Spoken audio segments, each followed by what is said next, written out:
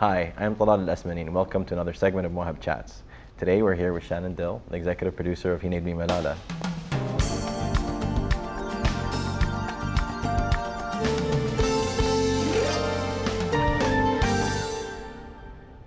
How are you doing? Good, thank you.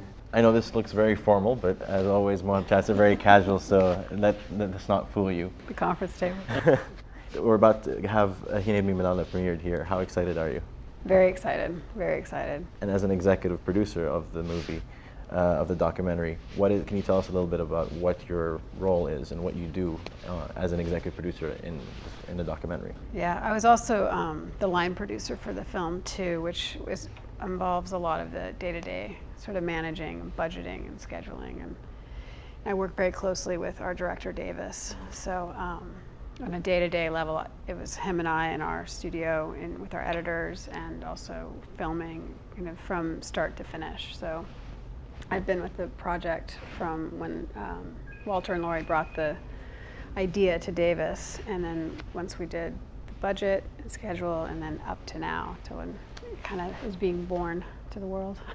And when you work on a documentary, and you said you were talking about an editor. Yeah. Do you begin editing dailies as you're producing? Because we do. Yeah. Every director is different, but since we were following Malala and her family over the course of time, we would shoot and then we'd come back and bring the footage back to our editors, and then we'd edit, work with it, and then we'd sort of plan another schedule to shoot. And so it was a lot of those intervals of filming for a period and then coming back, editing, filming, editing. So. And does that sort of help you guide what's next? The story, yeah. It's forming already. Does it help you know where to go next? It does, and especially for the interviews, to do follow-up interviews and further interviews. And we're also just following Malala and her family to where Malala was going, where she wanted to go. Like into Nigeria for her birthday, and it's during her school time, so during school breaks is when she would do the Malala Fund work. So a lot of that was us following them, as well as trying to find the story points and interviews. Yeah. You've shot a documentary with the Foo Fighters. Yes. Is that right? Yeah.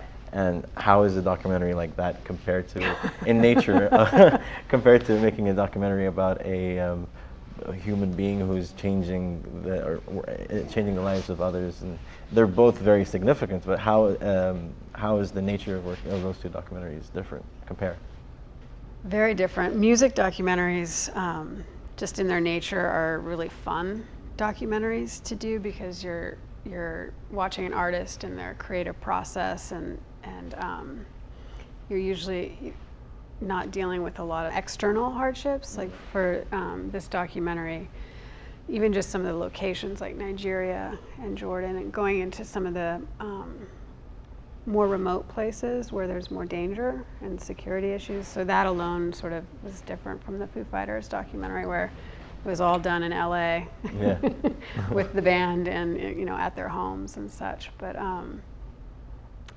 also with this one with Malala, it's following a young girl and seeing, 2 years in the span of a 15-year-old is a great span of time. So it was great to see her evolve and her grow up as well, kind of within the last 2 years. So. And you shot in so many different countries. Yeah. Were you were there shooting in different? I was there for the majority of it. Okay. Yeah. And seeing how crews and productions work differently, there's always a slight, there's a template that most countries follow, but there's always slight differences.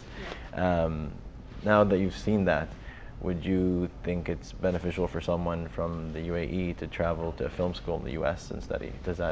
I think traveling is always a great experience, and you always learn so much from getting outside of your own comfort zone and having to improvise and solve problems, and also just to see how different cultural relations work, when you're there. So for sure. Yeah? Yeah, yeah. You can all jump in at any time. What are some of the challenges you faced in He Made Me Malala? Security was a big challenge for me, especially Nigeria, when it was very hostile with Boko Haram. It's worrying about crew for me, like worrying about my team. What was the most dangerous place you shot? Nigeria.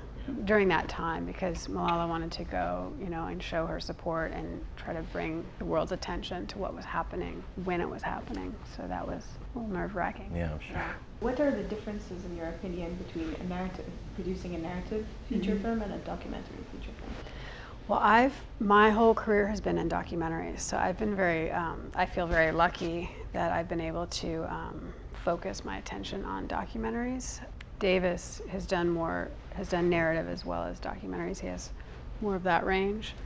For me, I love the documentary world because I get to meet people that I wouldn't normally meet, and also get a glimpse into their lives and get to know them for a period of time in a way that, as just a lay person, regular person, I wouldn't have access to, you know? And I love that. So yeah, I've never had to really do the narrative and deal with actors, and that's a whole other ball game that that I haven't done. So the camera and the microphone is an excuse for you to meet people. Yeah. It is. That's awesome. Yeah. After doing this, Yeah. and looking back at it and seeing everything that you've done, is there anything that you'd do differently?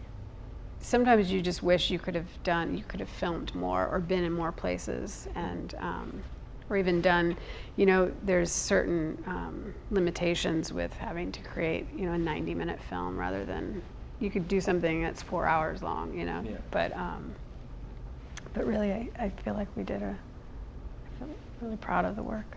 Do you usually search for a story, or do you find Malala, or you just go along with it? Walter and Lori are the producers, and they were going to do a scripted feature on her life, and after meeting the family and meeting her, they really was like, there's no one that could play this young girl, So they wanted to do a documentary, and that's when they approached Davis and myself. So you said you were worried about going to Nigeria. Did anyone ever be like, this is not the right time, you could always go later, or it was all Malala's choice?